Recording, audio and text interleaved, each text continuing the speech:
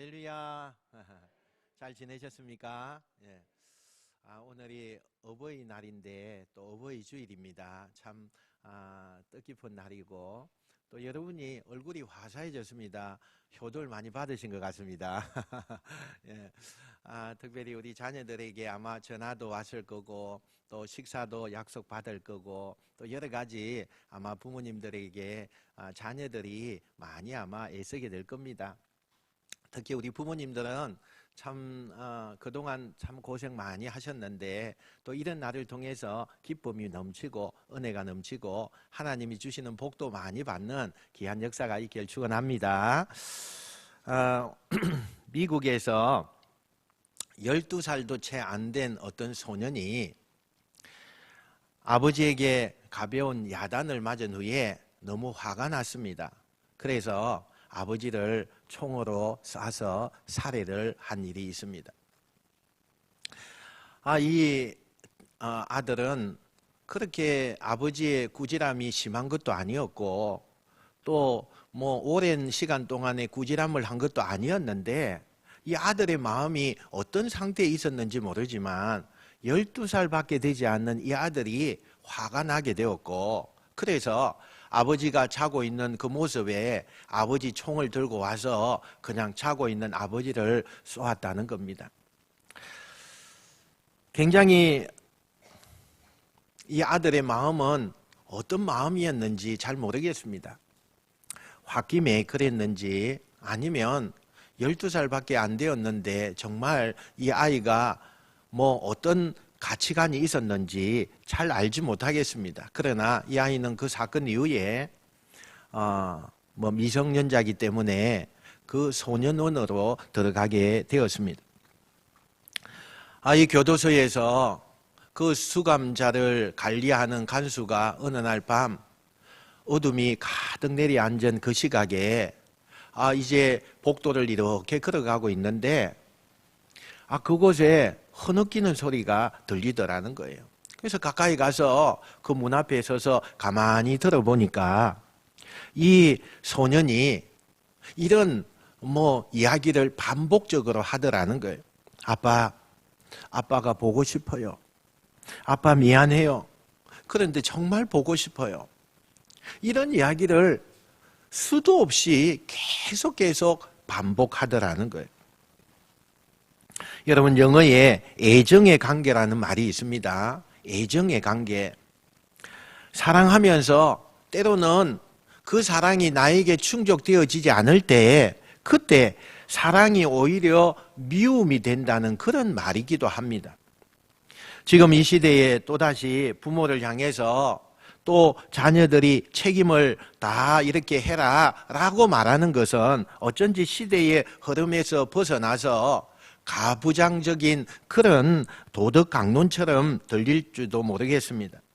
그러나 그리스도인들은 우리가 믿는 성경에 내 부모를 공경해라, 내 부모를 잘 섬겨라, 그러면 너희들에게 장수하고 너희들에게 복이 임할 것이다 이렇게 말씀하고 있는 것을 우리가 보면서 우리는 이 시대를 초월해서 하나님의 말씀을 믿는 그러한 성도로서 우리는 부모를 공경하고 늘 하나님을 대하듯이 부모를 대하는 여러분이 되시길 축원합니다. 바울이 살고 있었던 시대도 오늘 이 시대 못지않게 급격하게 윤리적인 변화가 경험되어지고 있던 시기였습니다. 로마 제국이 그 당시에 전 세계를 다 침략해서 그 전 세계를 다 정복하는 그런 시기였습니다. 그래서 그 당시에 팍스 로마나라고 하는 말이 오갈 정도로 전 세계적으로 로마가 엄청나게 많은 나라를 차지하고 있다고 그렇게 자부하는 시대였습니다. 그래서 식민지 문화가 계속되어졌고 그런 상황에서 기존적인 전통 윤리에서 사람들을 해방시키는 일들이 일어나게 되었습니다. 부부관계가 흔들렸습니다. 부모와 자녀 사이가 잘못되어져 가고 있습니다. 그리고 전통 윤리가 상당히 많은 변화 속으로 그렇게 소용돌이치는 그런 시대가 되었습니다. 돈을 찾아서 자유를 찾아서 부모를 버리게 되고 새로운 세계로 떠나는 일이 그 당시에 흔히 나타나는 변화의 물결이었습니다. 당시 소아시아의 수도였던 이 에베소에는 아테미 신전이 그곳에 있었습니다. 그래서 사회가 음행을 합법화해 주고 있는 그런 도덕성이 무너져가는 그런 시대였습니다. 에베소의 거대한 로마식 체육관은 젊은이들이 가득 찼습니다. 그들이 가지고 있는 힘과 기회를 마음껏 상품화시켜서 팔려나가는 그런 시대였습니다. 노인들은 사회적인 짐이 된다는 그 부담감을 가지고 있었습니다. 가정에서도 사회에서도 주변 인간으로부터 이 노인들은 소외를 당하는 그런 시대였습니다. 그러니 가정이 무너졌습니다. 부부관계가 무너졌습니다. 그러니 그 사회가 혼란 속에 소용돌이치는 그런 시대가 되었다는 겁니다. 이런 시대에서 복음을 받아들이고 그리스도인들이 된 에베소 교회의 그 교인들이 우리가 도대체 이런 시대에 어떻게 살아야 됩니까? 우리가 이 시대에 어떤 기준을 가지고 우리가 살아야 됩니까? 이런 의문을 갖게 되고 그것을 물어보는 이야기가 오늘 에베소의 말씀인 것입니다. 사도 바울이 로마의 감옥에서 주 60년대 초에 그가 3년 동안의 정성을 쏟아서 그렇게 양육하고 세웠던 교회가 에베소 교회입니다. 그런 에베소 교회를 향해서 이런 문제에 대한 하나님의 대답을 전달합니다. 여기에서 사도 바울은 어버이에 대한 그리스도인의 자녀들이 결코 잊어버리지 말아야 할 것이 있다. 그걸 너희들이 반드시 행해라. 이 시대에 아무리 윤리가 파괴되고 가정이 다 무너져가고 사회적인 법이 말도 안 되는 이야기가 나타나고 있지만 너희들은 그곳에 가면 안 된다. 반드시 어버이에 대한 것을 지켜라. 그리고 두 가지를 당부하는 내용이 오늘 본문의 내용입니다. 먼저 첫 번째, 순종의 책임입니다. 자녀들은 무조건 부모에게 순종해라, 그 말입니다. 1절 말씀 우리 같이 한번 읽어봅시다. 1절입니다. 시작.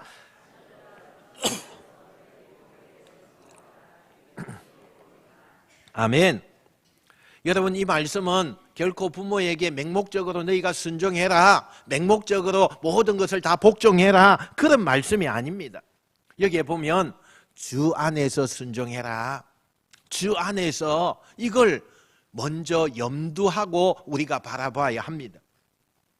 우리의 부모에 대한 순종이 만약에 하나님께 대한 불순종이 될 때에는 더 높은 근위에 있는 하나님의 말씀에 너희가 순종해야 된다라는 것을 앞에다가 전제해 두었습니다. 그게 주 안에서 내 부모에게 순종하라는 겁니다. 예를 들어서 부모가 너 예수 믿으면 안 돼, 너 교회 가지 마, 그렇게 한다면 예, 제가 부모님의 말씀이니까 순종하겠습니다 라가 아니라는 거죠. 그보다 더 높으신 하나님의 말씀이 어떻게 되어져 있는가, 그걸 보고 하나님께 대해서 순종해야 된다, 그 뜻을 따라야 된다라고 말씀하고 있는 겁니다. 그러나 우리가 대부분의 경우를 볼 때에 잔소리처럼 들리는 부모의 교훈, 그 밑바탕에는 실상 자녀를 보호하고자 하는 그 정말 부모의, 하나님이 그 부모에게 심겨주었던 본능이 있다는 거예요.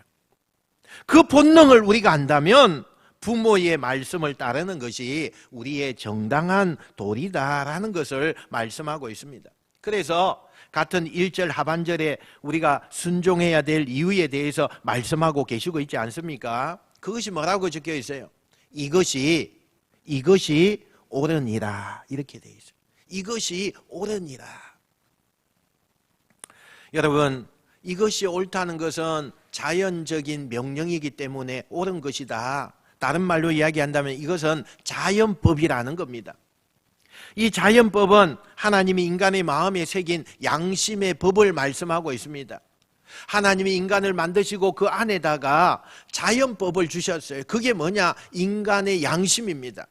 인간의 양심 속에는 부모에게 순종해라, 부모를 잘 대접해라, 그런 것이 심겨져 있습니다. 그래서 항상 감사하고 고마워해야 될 분이 누구냐? 부모라는 겁니다. 왜냐하면 나는 부모가 없으면 태어날 수도 없습니다. 나는 부모가 그 가르치지 않았으면 지금 내 존재가 있을 수가 없습니다.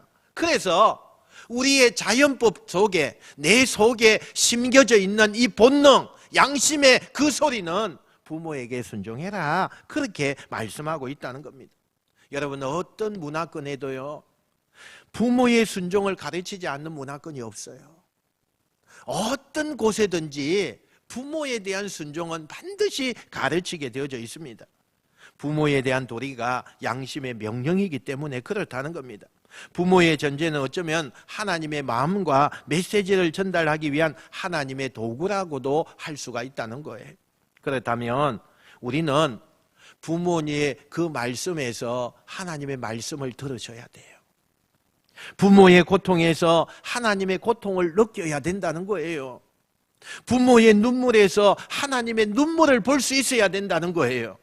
부모의 사랑에서 하나님의 사랑을 느낄 수 있어야 된다, 그 말씀을 하고 있는 것입니다. 교도소에 수감된 어떤 분의 수행생활의 일기를 제가 어떤 책을 뒤져보다가 보게 되었습니다. 제목이 어머니의 눈물이었습니다. 작년 겨울 첫 면회를 오신 어머니께서는 창너머로 고개 숙인 채 땅만 내려다보고 있는 이 불효 자식에게 한마디의 말씀도 없으셨습니다. 잠시 침묵이 흐른 후에 어머니께서는 춥지? 이 한마디를 떨리는 목소리로 물어보셨습니다. 이 한마디 하시고 억지로 눈물을 참으시느라고 어머니의 눈가는 붉어지더니 한 줄기 눈물이 흘러내렸습니다. 그것은 그냥 눈물이 아닌 피눈물이었습니다. 춥지? 겨우 그 한마디 하시고 접견 시간을 다 보내버리신 어머니는 성경책 한 권을 남기시고 떠나가셨습니다. 그 후에는 다시는 어머니가 면회 오는 일이 없었습니다. 거기에 대해서 이 아들이 불평하고 있을 무렵에 형이 면회를 왔습니다. 형에게 어머니에 대한 불평을 막 하자 형이 버럭 소리를 지르면서 야 이놈아, 아직도 정신을 못 차리느냐? 너 어머니 어떻게 되었는지 아느냐? 이렇게 말하더라는 겁니다. 불길한 느낌이 들어서 다그쳐 물었습니다. 그때 형이 어머니가 며칠 전화를 안 받으셔서 찾아가 보니까 음동설안의 추운 계절에 자식의 죄가 내 죄 때문이라고 방에 불을 끊으시고 나도 감옥 생활 해야 한다고 하면서 자식의 죄와 내 죄 때문에 방에 불을 다 끊고 하나님 앞에 용서해 달라고 기도하시다가 몸져 누우셨다는 겁니다. 이 대목에서 그의 고백은 이렇게 계속됩니다. 검수만도 못한 내 두 눈에 처음으로 뜨거운 눈물이 솟구쳐 올랐습니다. 그리고 그날부터 나는 어머니가 남기고 가신 성경을 읽기 시작했고 어머니의 눈물이 내 죄에 대한 하나님의 눈물이요 하나님의 사랑인 것을 깨닫게 되었습니다. 여러분, 우리가 많은 것을 생각해야 하는 대목인 것 같습니다. 부모를 거스리는 것은 하나님을 거스리는 것과 같다는 겁니다. 여러분, 부모에게 순종함이 가장 자연스러운 인간 존재의 방식입니다. 성경은 그것이 옳은 일이다 이렇게 말하고 있는 거예요. 그리고 이 순종의 시작은 잔소리 같은 그 부모의 말에 진지한 경청이 있을 때 그곳에서 일어난다는 겁니다. 순종이라는 말의 뜻이 본래 찾아보니까 듣는다, 그런 뜻이 담겨져 있어요. 듣는다. 그리고 그 말에는요 사랑의 소리가 담겨져 있다는 거예요. 부모의 사랑의 소리, 그것을 하나님의 사랑의 소리로 들으시고 우리는 부모에 대하여서 정말 가슴 저리면서 부모에 대한 순종이 나타나시는 여러분 되시길 축원합니다. 자녀들이 결코 잊어서는 안 되는 두 번째는 오늘 말씀해 보니까 공경의 책임이다, 그렇게 말씀합니다. 공경이라는 겁니다. 우리 2절 한번 같이 읽어보겠습니다. 2절입니다. 시작. 내 아버지와 어머니를 공경하라. 이것이 약속이 있는 첫 계명이니. 아멘. 이 공경이라는 것은 그를 높이는 것을 말합니다. 그를 자랑하는 것입니다. 이것은 내 어머니는 이런 분입니다. 내 아버지는 이런 분이십니다. 이렇게 자랑하는 것, 그걸 공경이다 말씀하는 겁니다. 우리 어머니는 요렇게 해서 참 잘못된 분입니다, 이거 아니라는 거예요. 우리 아버지는 너무 엄하셔서 우리에게 항상 사랑이 없는 분 같아요, 이거 아니라는 거예요. 항상 마음속에 부모에 대한 긍지와 자랑을 내가 느끼면서 살아가는 것, 그게 공경이다, 그렇게 말씀합니다. 그런가 하면 공경이라는 것은 대가 없는 사랑을 말합니다. 대가가 없어야 돼요. 공경에서 뭘 받아내자, 이거 아니라는 거죠. 이건 거래가 아닙니다. 질투 없는 사랑으로 오로지 그 질투 없는 그 사랑이 교회 그 하나뿐입니다. 어떤 의미에서 완전한 사랑에 대한 응답인 것을 말씀하고 있는 거죠. 또한 이 사랑에는 소원이 있습니다. 자녀들을 사랑하는 부모에게는요, 소원이 있어요. 부모의 소원이죠. 그 소원에 우리가 응답해야 됩니다. 어머니의 소원, 아버지의 기도, 그것을 알고 그것을 따라야 한다는 거예요. 그게 바로 공경이다, 그 말 속에 포함되어 있는 겁니다. 내 생각이 아무리 많아도요, 아니요, 내 생각 그거 아닙니다. 부모의 소원이 우선적으로 되어져야 합니다. 부모의 소원은요, 선합니다. 아버지의 소원은요, 의로운 것입니다. 때로 부모님이 날마다 우리에게 말씀하시잖아요. 공부 좀 해라. 공부해라, 공부. 여러분, 우리가 참 어려운 시대에 부모님들이 있었잖아요. 여러분이 그 시대에 아마 사셨을 거예요. 그때 여러분 배우는 거 그게 첫 번째가 되었습니까? 아닐 거예요. 아마 서너 번째쯤 배우는 게 될 거예요. 첫 번째는 먹고 사는 거, 아마 그런 시대였을 거예요. 그러니 뭔 배움이 있겠어요? 배우고 싶은 마음은 꿀떡 같죠. 그러나 먹고 사는 게 바로 내 앞에 닥쳐오니까 어떻게 배움이 첫 번째가 되겠습니까?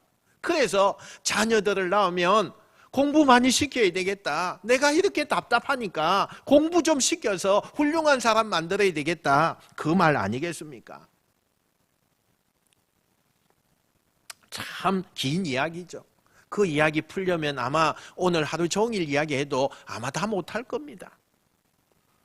내가 제때에 공부 못해서 이렇게 늘 답답할 때가 많다, 그러니 너는 공부 좀 해라, 이것입니다. 그런데 우리의 자녀들이 이 말을 듣기 싫어합니다. 참 듣기 싫어해요. 그러나 그 속에는요, 부모의 소원이 있단 말입니다. 간절한 소원이 있어요. 또한 부모님의 소원 내 가장 큰 것은 건강입니다. 자녀들이 건강한 거예요. 여러분 병들지 마세요. 자녀 여러분 병들지 마세요. 병들면 불효자가 되는 거예요. 건강을 잘 지켜서 건강해야 부모님께 기쁨이 되는 거예요. 알아 누워있는 자녀는 불효자가 된다는 거예요. 그것도 내 잘못으로 인해서 내가 병들었다, 그러면 천하의 불효자입니다. 얼마나 부모의 마음이 찢어지겠습니까? 얼마나 아프겠습니까? 안 그렇겠습니까?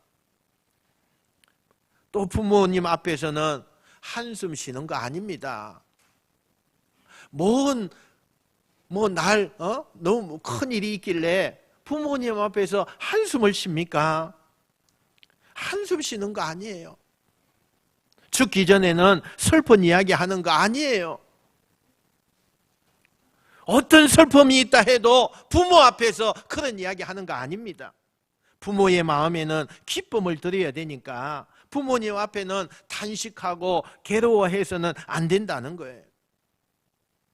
근데 여러분 이런 것이요, 요즘에는 가르쳐지지가 않아요.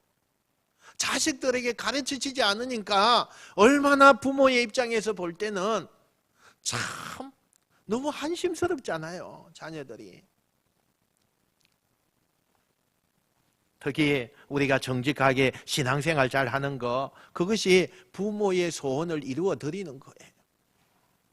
효가 가정의 기초입니다. 효자가요, 효자를 낳습니다. 이것이 여러분 정말 잊지 마셔야 돼요. 어느 시골에 계시는 70이 넘은 아버님이 어머니와 사별하게 되었습니다. 홀로 계시는 아버지를 생각하니 며느리나 아들이나 마음이 편치 않습니다. 매일같이 마음이 편치 않아요. 그래서 서로 의논을 합니다. 우리가 아버지 모시자. 아버지 혼자 계시면 드시는 것도 잘 안 될 거고, 그러니 우리가 좀 모시자. 그렇게 며느리하고 아들이 의논해서 아버지를 모셔옵니다. 우리 부산으로 이렇게 모셔왔습니다. 아버지가 부산에서 생활을 하다 보니까 촌에는 친구도 있고, 촌에는 뭐 나들이 할 때도 있고, 촌에는 심심하면 그냥 밭에 나가서 일도 좀 하고 논에 가서 일도 하면 되는데, 부산에 오니까 아무것도 할 수가 없습니다. 너무 무기력해지는 겁니다. 그래서 이 아버지가 너무 힘들어 하는 거예요. 그래서 가만히 그 아들네 집을 이렇게 한번 살펴봅니다. 집안의 공기가 어떤가 이렇게 봤더니 깨달음이 옵니다. 위계 질서가 이런 식으로 되어져 있더랍니다. 가장 중요한 이론은 며느리입니다. 2호가 누구냐? 자기 손자 손녀입니다. 3호가 누구냐? 자기 아들입니다. 3호가 자기 아들이에요. 4호가 누구냐? 그 집에 있는 가정부입니다. 가정부. 5호가 누구냐? 그 집에 기르는 강아지가 5호입니다. 그리고 6호가 누구냐? 아버지 자신이라는 겁니다. 자신이야. 조금 이해가 되십니까? 며느리가 외출하고 돌아온 다음에 제일 먼저 물어보는 게 이 남편이 언제 돌아온다고 했느냐 이걸 묻습니다. 그리고 또 묻는 게 뭐냐? 자녀들 밥 먹였느냐? 또 묻는 게 뭐냐? 강아지 밥은 줬느냐? 그래요. 그리고 당신에게는 아무 물음도 없고 없는 것처럼 여기고 없는 것처럼 그렇게 행하는 겁니다. 아버지가 너무 괴로워서 그냥 내가 시골 갈란다 그렇게 결심을 합니다. 아들에게 편지를 아주 간단하게 쓰고 시골로 내려가 버립니다. 그 내용이 이렇게 쓰여 있습니다. 3호야 잘 있거라. 6호는 간다. 여러분, 이게 요새 세상입니다. 세상이 이렇게 됐어요. 여러분, 요새 아이들이 효도를 하려 해도요, 효도하는 방법을 모릅니다. 효도하는 것을 못 보았거든요. 언제 효도하는 것을 봤겠습니까? 못 봤어요. 그러니 못 본 효도를 어떻게 하라는 거예요? 못 배운 효도 어떻게 하라는 겁니까? 자녀가 말을 안 듣거든 내가 부모님에게 어떻게 했나 한번 생각해 보셔야 돼요. 부모에게 불효하면서 자식이 잘 되길 바라는 마음처럼 바보 같은 생각이 어디 있겠어요? 여러분 깊이 생각해야 합니다. 효자가 효자를 낳는 거예요. 오늘 성경 3절 말씀에 이로써 내가 잘되고 땅에서 장수하리라 이렇게 말씀하고, 이건 통계적인 그 진리예요. 효도하는 사람은 오래 살아요. 효도하는 가문은 장수합니다. 그리고 모든 일이 형통해요. 영적으로도 형통하고 육적으로도 형통하고 가정적으로 세계적으로 형통한 역사가 일어나게 됩니다. 어떻게 할 때? 내 부모를 공경하고 내 부모에게 잘 할 때 자녀들이 그런 복을 받게 된다는 거예요. 여러분, 이스라엘이 강한 점이 뭡니까? 그 전성, 쭉 내려오는 그 법을요 잘 지켰다는 거죠. 전성의 뿌리가 뭐냐? 효입니다. 이것을 우리는 잊지 말아야 합니다. 공경, 그게 바로 인격의 뿌리입니다. 공경을 모르는 사람은 지도자가 될 수 없어요. 지도자가 되면 큰일 납니다. 공경을 몸에 익히지 못한 사람, 공경과 순종을 익히지 못한 사람은 영영 구제불능입니다. 여러분 어떻습니까? 부모님이 우리 곁에 가까이 계신 것 같습니까? 아니면 자식들이 부모님 곁에 가까이 있습니까?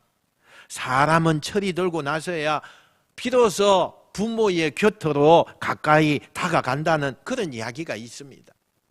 보십시오. 전문 지식을 가졌다고 해서 그게 철든 겁니까? 결혼하고 아이를 낳고 그 아이들이 있다고 해서 그게 철든 겁니까? 아닙니다. 은혜를 알 때 그러니까 철이 드는 거죠. 사랑의 깊이를 깨달을 때에 그때 철이 드는 겁니다. 철든 신앙은 하나님의 은혜를 볼 때마다 감사하게 되죠. 너무 감사가 넘치죠. 감격이 넘쳐요. 하나님을 바라보면서 경외하는 마음으로 예배를 드리게 되어집니다. 어떻습니까? 나는 철들었다고 생각이 되어집니까? 철들지 못한 사람은 어버이날이 다가올 때마다 부려자려서 날마다 웁니다. 날마다 울어요. 복은 받았지만 복을 누리지 못하는 삶을 산다는 거예요. 하나님은 믿음의 사람들이 복을 받고 복을 누리는 그런 생활을 원하시지, 복은 받았는데 복을 누리지 못한다면 그게 무슨 소용이 있겠습니까? 복을 누리기 위해서는 어떻게 해야 됩니까? 내 부모를 공경해야 돼요. 부모님을 잘 섬겨야 돼요. 마지막으로 귀한 뜻이 담긴 시 하나를 소개하려고 합니다. 제목은 오해입니다. 조용히 아버지 어머니를 생각하면서 이 시를 한번 들어보시길 바랍니다. 우리 어머니는 엄마가 보고 싶지 않은 줄 알았습니다. 어머니는 첫사랑이 없는 줄 알았습니다. 어머니는 친구가 한 사람도 없는 줄 알았습니다. 어머니 몸은 절대 아프지 않은 어떤 특별한 몸인 줄 알았습니다. 어머니는 어렸을 때부터 아무 꿈도 품은 적이 없는 줄 알았습니다. 어머니는 새벽에 일찍 일어나고 늦게 잠드는 것을 좋아하시는 줄 알았습니다. 어머니는 특별히 좋아하시는 음식이 한 가지도 없는 줄 알았습니다. 어머니는 짧은 파마 머리만 좋아하시는 줄 알았습니다. 어머니는 얼굴이 고와지고 몸매가 날씬해지는 것에는 전혀 관심이 없으시는 줄 알았습니다. 어머니는 모든 것을 좋게 받아들이고 아무 불만도 없으시는 줄 알았습니다. 어머니는 우리가 전화를 길게 하는 것을 좋아하지 않는 줄 알았습니다. 어머니는 언제까지나 우리 곁에 계실 줄 알았습니다. 여러분, 무엇이 느껴집니까? 아버지는 어떻습니까? 우리 아버지는 단 하루라도 쉬는 것을 좋아하지 않는 줄 알았습니다. 아버지는 웃는 걸 모르시는 줄 알았습니다. 아버지는 딸이 시집 가는 것을 보고 마냥 기뻐만 하시는 줄 알았습니다. 아버지는 어머니 외에 아는 여자라고는 한 사람도 없는 줄 알았습니다. 아버지는 배가 빨리 불러와서 좋은 음식 앞에서 먼저 일어나시는 줄 알았습니다. 아버지는 양복 입고 넥타이 매는 것을 싫어하시는 줄 알았습니다. 아버지 안주머니에는 늘 돈이 얼마만큼 들어있는 줄 알았습니다. 아버지는 좋아하는 운동도 취미도 없는 줄 알았습니다. 아버지는 우리가 하는 말을 귀담아 듣지 않으시는 줄 알았습니다. 아버지는 아무리 깊고 험한 길을 걸어가도 조금도 두려워하시지 않는 줄 알았습니다. 아버지 눈에는 눈물이 한 방울도 없는 줄 알았습니다. 아버지는 우리가 객지로 떠나는 것을 좋아하시는 줄 알았습니다.